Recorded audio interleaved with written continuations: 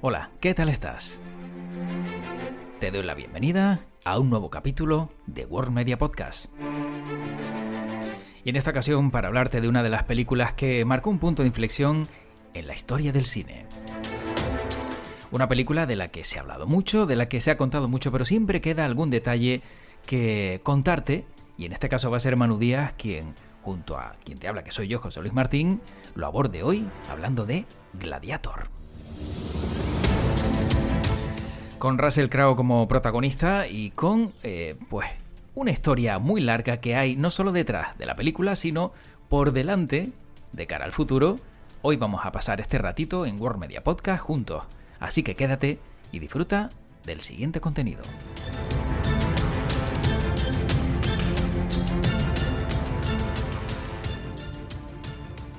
Y siempre es un placer, como me gusta decir para arrancar estas conversaciones, charlar con Manu Díaz, que está al otro lado ya, listo para hablar de esta gran película. Manu, ¿qué tal? ¿Cómo estás? Pues muy bien, estupendo. Aquí hoy los que van a hablar de cine te saludan. Pues mira, voy a poner el dedo hacia arriba, aunque también hay una historia sobre el dedo hacia arriba y el dedo hacia abajo, ¿no? Que si no me equivoco, Sí, la sí, sí, interpretación no, es no te otra, equivocas, ¿verdad? no te equivocas. Es una inventada tremenda. Bueno, pues empezamos bien porque hablamos de Gladiator y resulta que lo del dedo hacia arriba y lo del dedo hacia abajo, la interpretación que se le da en la película Manu no es la correcta, ¿no? Según cuentan los libros de historia. Efectivamente, bueno, hay que decir que realmente Gladiator como película, el proyecto de película nace en un libro de 1958 que se titula Aquellos que van a morir, que recordemos era el saludo al César que hacían los gladiadores en la arena, en el Coliseo. Aquellos que van a morir te saludan. Eh, y en ese libro que estaba escrito por Daniel Mannix, pues es un libro que Mannix, que era historiador, periodista, más muy interesado del mundo bélico, pues había hecho un estudio sobre la cultura de los gladiadores en la antigua Roma. Y era pues un estudio donde se detallaba cómo era la vida de los gladiadores, un poco los rituales, toda la liturgia de las luchas de gladiadores en el circo y demás. Y nada, y Hollywood compró los derechos del libro, se lo encargó a Ridley Scott. Ridley Scott encargó el guión y los guionistas cogieron el libro y lo pusieron ahí para aguantar la pata de una mesa porque se lo saltaron a la torera. Y una de esas cosas, aunque es verdad que en este caso lo del dedo hacia arriba o el dedo hacia abajo, eso ya venía de cultura general. Antes de Gladiator ya teníamos esa idea de que si el dedo iba para arriba, significa que aquel, el gladiador que había perdido, pues se le perdonaba la vida, y el dedo hacia abajo, pues siempre hemos entendido que era pues que se le sentenciaba a muerte. Y no funcionaba así, pero bueno, son de esas cosas que no son reales, pero que a base de repetirlas y del paso del tiempo, pues nos hemos quedado con ese concepto. Y bueno, pues Gladiator, que es una estupenda película, eh, históricamente, pues bueno, mete unos gazapos del copón. Sí, sí, efectivamente. Luego hablaremos de alguno de ellos. Pero bueno, Manu, una película del año 2000 que yo creo que aunque hayan pasado tantos y tantos años, más de 2 décadas, sigue siendo una película de culto, ¿no? Una película importante y una referencia también dentro de la historia y de la filmografía de alguien como Ridley Scott. Efectivamente, mira, con el inicio con el cambio de siglo, se dio una característica curiosa. Pasó con Gladiator y pasó con otra película. Géneros que ya estaban sentenciados, olvidados, que ya no, eso no se iba a volver a hacer. Recordemos que en la historia de Hollywood, del género, las películas de romanos que llamamos, o sea, todas las películas de la antigüedad clásica, que no solo tenían que ser de Roma, también de Grecia, de otras zonas del Mediterráneo y demás, eh, pues claro, eran las películas más populares que había, hasta que llegaron ya el peplum italiano, y aquello ahí quemaron todas las balas que quedaban, y el género pues se volvió digamos, una parodia de sí mismo y dejaron de hacer películas de la antigüedad clásica. Pues Ridley Scott llega en el año 2000 con esta película, una película en la que, de hecho, hay actores a los que les propusieron participar en la película y que en su momento dijeron que no, y que después en entrevistas han dicho, sí, sí, a mí me ofrecieron hacer Gladiator, yo dije que no, pero claro, en aquel momento a quién se le ocurría que una película de romanos o de gladiadores iba a funcionar como funcionó Gladiator. Claro. Pues eso, estaba ese concepto de que ese género ya, digamos, era tierra baldía, de ahí no iba a salir ya nada más. Pasó lo mismo, por ejemplo, con el cine de piratas, que también en los años 30, los años 40, los años 50, el cine de piratas era el cine de aventuras por antonomasia. Y sin embargo, pues bueno, digamos a finales del siglo XX, pues las pocas películas de piratas que se hacían, como la Isla de las Cabezas Cortadas, eh, fracasaban rotundamente y nadie se atrevía a hacer una película de piratas, y de repente pues Disney saca Piratas del Caribe y las películas de piratas vuelven otra vez a ponerse de moda.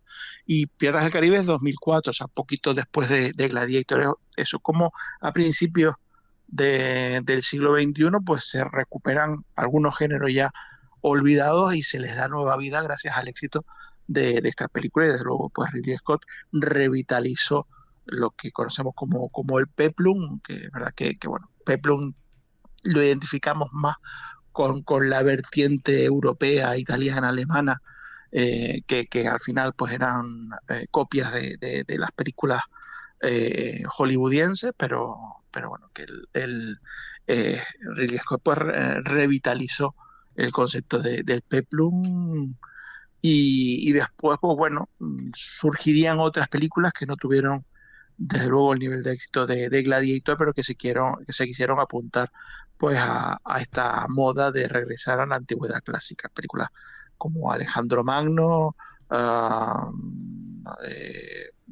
varios títulos ambientados en aquella época.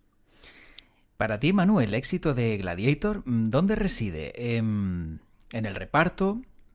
¿En la música? ¿En el director? ¿En su dirección? ¿Dónde crees que una película, como bien decías, cuando se le presentaban a otros de romanos, ¿cómo vas a hacer una película de romanos? Pues tuvo tanto éxito para ti, desde tu punto de vista. Hombre, yo creo que hay tres factores fundamentales. El principal es Ridley Scott. Gladiator es una película de Ridley Scott. Pues bueno, Ridley Scott tiene películas mejores, tiene películas peores, pero desde luego es un cineasta que tiene su impronta y sabe contarte una historia, no sabe contarte la historia. O sea, la historia con mayúscula, y no, porque además él lo dice, yo no hago documentales, yo hago películas de ficción, así que aquí no esperen ustedes que esto sea algo coherente a nivel histórico. Yo lo que quiero es contar una historia que emocione al espectador, y Gladiator en ese sentido lo consigue. Y es en cuestión de puesta en escena, de fotografía, de montaje, de todo, es una película claramente de Ridley Scott, aunque la fotografía la haga otro, aunque el montaje la haga otro, aunque el guión lo escriba otro. Pero Ridley Scott es el quien controla toda la película, y esto desde luego, digamos, el éxito o fracaso de las películas de Ridley Scott dependen de Ridley Scott casi exclusivamente. Pero, por otro lado, a esto hay que añadir un actor como Russell Crowe, que desde luego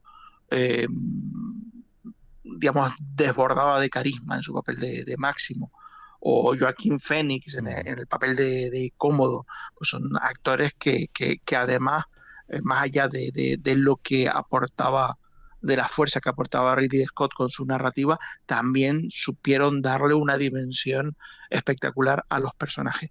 Y yo ahí incluiría también la música de Hans Zimmer, que si bien Hans Zimmer, pues hay momentos que saquea la composición de Marte de los planetas, y no tiene, digamos, reparo ninguno en ni siquiera acreditarlo en los créditos finales. Hay que decir que bueno, la música Gladiator en gran parte también la emoción, no solo la emoción de las secuencias de acción, sino también la emoción en las partes íntimas de los personajes vienen aportadas muchísimo por la música. Así que yo creo yo apostaría, bueno, mis tres, yo creo los tres pilares principales son ese: Ridley Scott, Russell Crowe y Hans Zimmer. Bueno, sea como fuere, Manu, la verdad que la película del año 2000 pues nos dejó ese gran éxito, ¿no? Ese gran sabor de boca. Pero también uno de los temas de esta charla, de esta conversación en el día de hoy, es el paso siguiente. Una segunda parte. ¿Necesario? ¿Gladiator 2? ¿Imprescindible? ¿Fundamental? ¿O mejor dejar las cosas como estaban?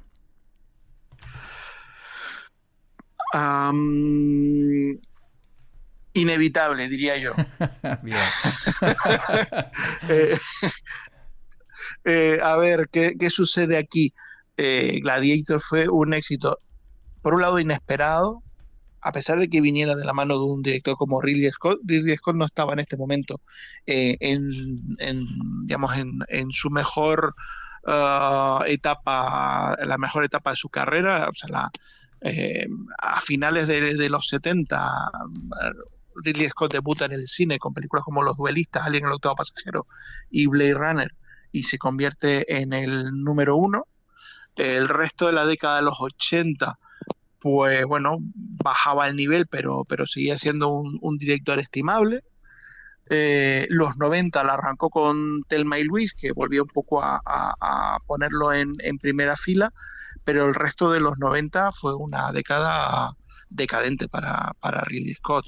El, 1492, La conquista del paraíso, pese a ser, digamos, de las dos películas sobre Cristóbal Colón que se hicieron con el quinto centenario, la mejor, seguía sin ser tampoco una gran película. Después vino Tormenta Blanca, La Teniente O'Neill, o sea, películas que estaban por debajo de la capacidad de Ridley Scott. O sea, que Gladiator realmente recupera la figura de Ridley Scott para el siglo XXI.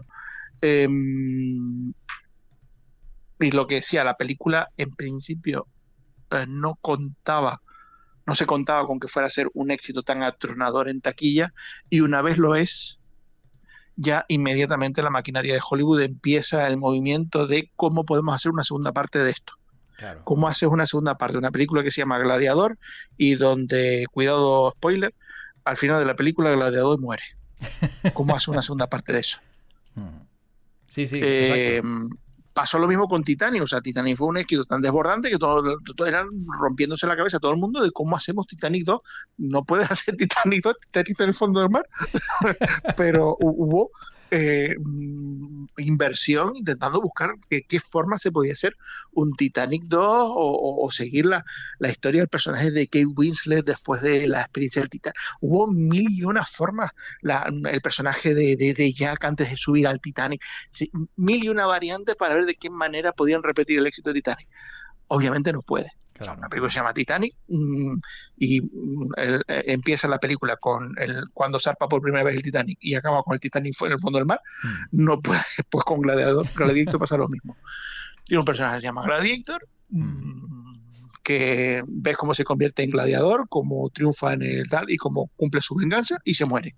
Ya está, no puedes hacer más. Pues llevamos casi 25 años buscando la forma de hacer Gladiator 2, y finalmente pues han optado por la línea, por así decirlo, la línea más sencilla, que es pues hacemos una película de Gladiator sin Máximo y seguimos la historia donde se quedó. Y en este caso el protagonista es Lucius, que era el niño de la primera parte, el que era el hijo de Lucila, que sabíamos que Lucila había sido antiguo amante de Máximo, pero que, bueno, siendo Máximo general de los ejércitos del César, pues esa relación no había fructificado.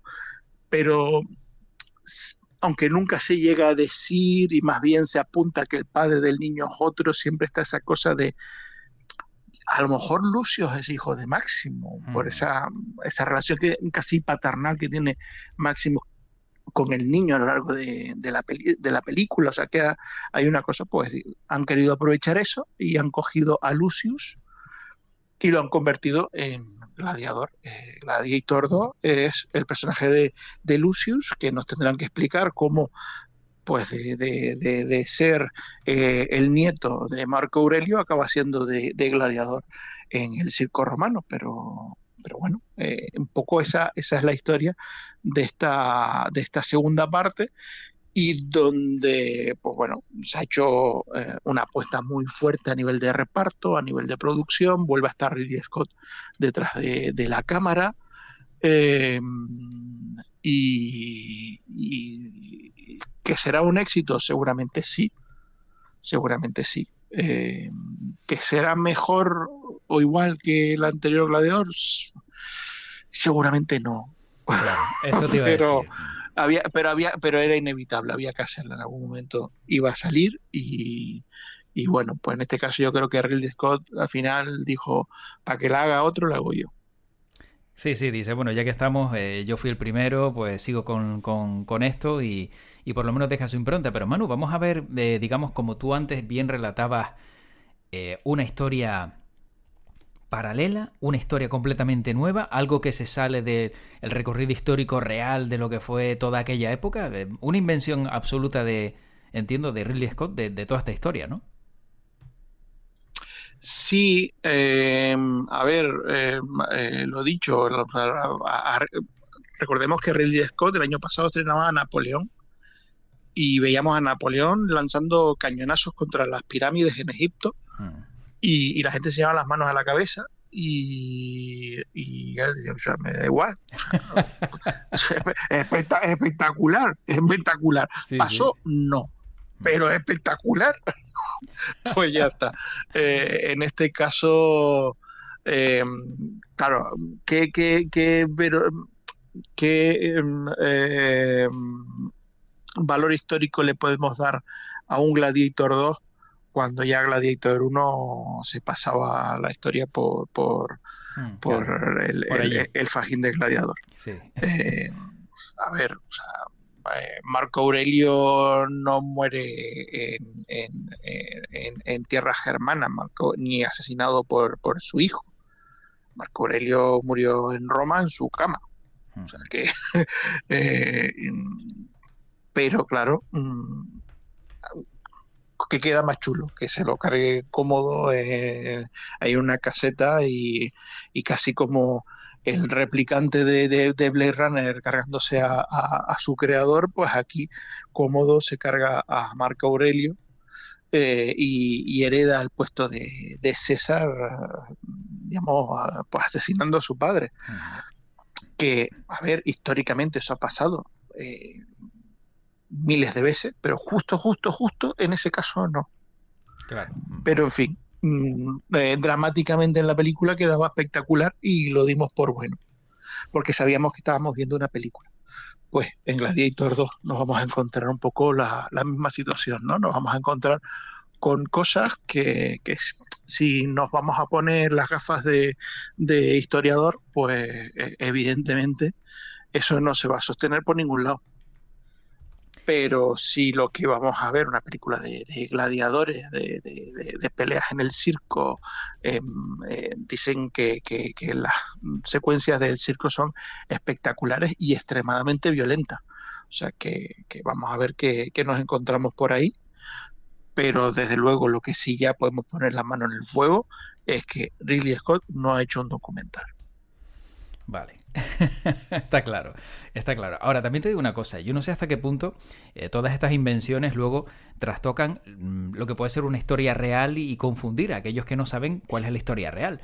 Todo esto no es contraproducente, Manu, que tú te inventes una historia, la bases en algo que sí ocurrió en parte, pero como yo le doy este contenido, pues esto es lo que hay, y a lo mejor las generaciones que no han estudiado eso se piensan que eso ocurrió así.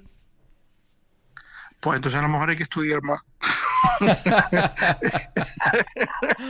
eh, sí es verdad. A ver, el cine es el cine. Sí. Y en el cine siempre se ha dicho, ¿no? Cuando estamos viendo una película, no te preocupes que todo es de mentirijita. Eh, Salvo eh, alguna excepción, cuando a alguien le pegan un tiro en una película, no lo matan de verdad.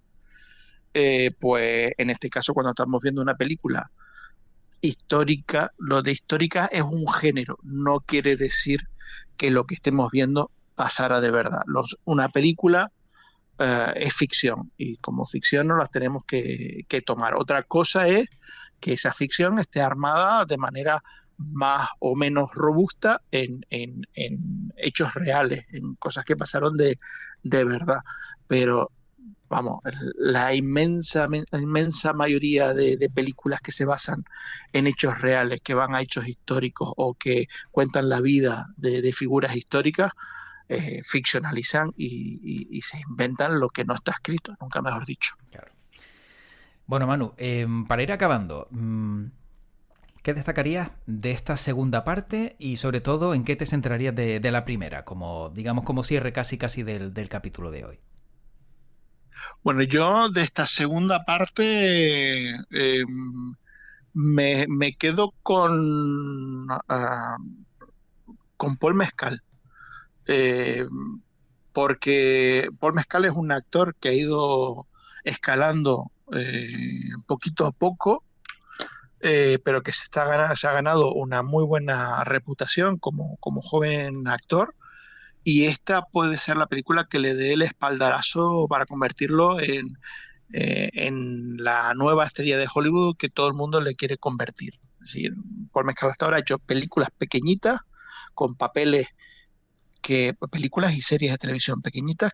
Él viene, es un actor británico, eh, pero con sus personajes ha conseguido conectar con el público que ha visto estas series y estas películas. Y hay muchas ganas de que Paul Mescal se convierta en la nueva gran estrella de Hollywood, porque, digamos, es un actor que ha ido creando, digamos, una cercanía muy especial entre el público y los personajes que él interpreta.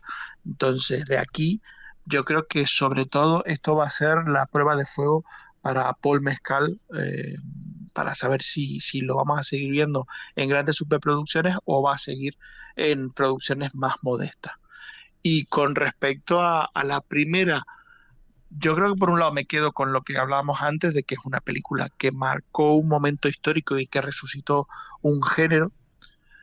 Y sí recomendaría que echáramos un vistazo también, por lo que decíamos antes, a veces pues no estudiamos la historia y después nos presentan unas cosas y nos creemos no solo que sea verdad, sino que sea original. Claro. Yo recuperaría La caída del Imperio Romano con una película de 1964 que fue un grandísimo éxito, dirigida por Anthony Mann, tenía un reparto espectacular con Sofía Loren, Stephen Boyd, Christopher Plummer, Alec Guinness, una película espectacular. Échenle un vistacito, a lo mejor el argumento les suena un poco. Eh, no van a ver ninguna referencia a la caída del Imperio Romano en los créditos de Gladiator, igual que no hay ninguna referencia a los planetas en los créditos musicales de la película, pero está ahí. Está ahí, eso es, vamos, eso es innegable, eso no se puede ocultar. Otra cosa es que, bueno, hoy en día todo ese cine que cae pues más atrás de la década de los 80 pues parece que no ha existido y algunos pues les sacan tajada de ahí. Yo me quedaría con eso, con la importancia de Gladiator en su momento, pero no olvidar tampoco el cine del pasado, y que Gladiator, pese a ser una película muy distinta, tiene un precedente claro que es la caída del Imperio Romano. Efectivamente. Bueno, hermano, yo como simplemente curiosidad, todos hemos visto y todos hemos oído y en alguna vez, pues incluso alguien lo ha leído, ¿no? Y ha sacado esa foto de ese error incomprensible en el minuto 86 de la película, cuando una de las cuadrigas pierde el control en esa batalla de Sama, ¿no? De la segunda caída de Cartago, y se ve pues una bombona de gas que va acoplada dentro del carro, que es que se ve clarísimamente y es alucinante. Pero es que ese no es el único error. Por lo visto, hay otras imágenes de cuando Russell Crowe, ¿no? Vuelve a su casa a caballo, ¿no?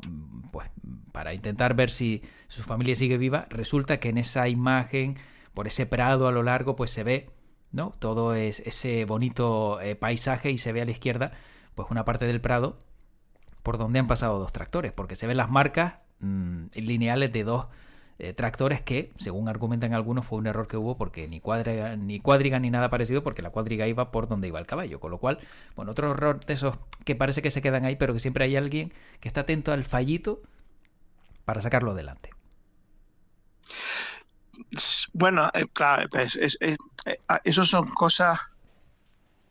Había una frase estupenda en la película Ed Wood de Tim Burton, cuando están rodando Plan 9 del espacio exterior, y pues uno de los personajes sale de una tumba y se apoya en la lápida y la lápida se mueve.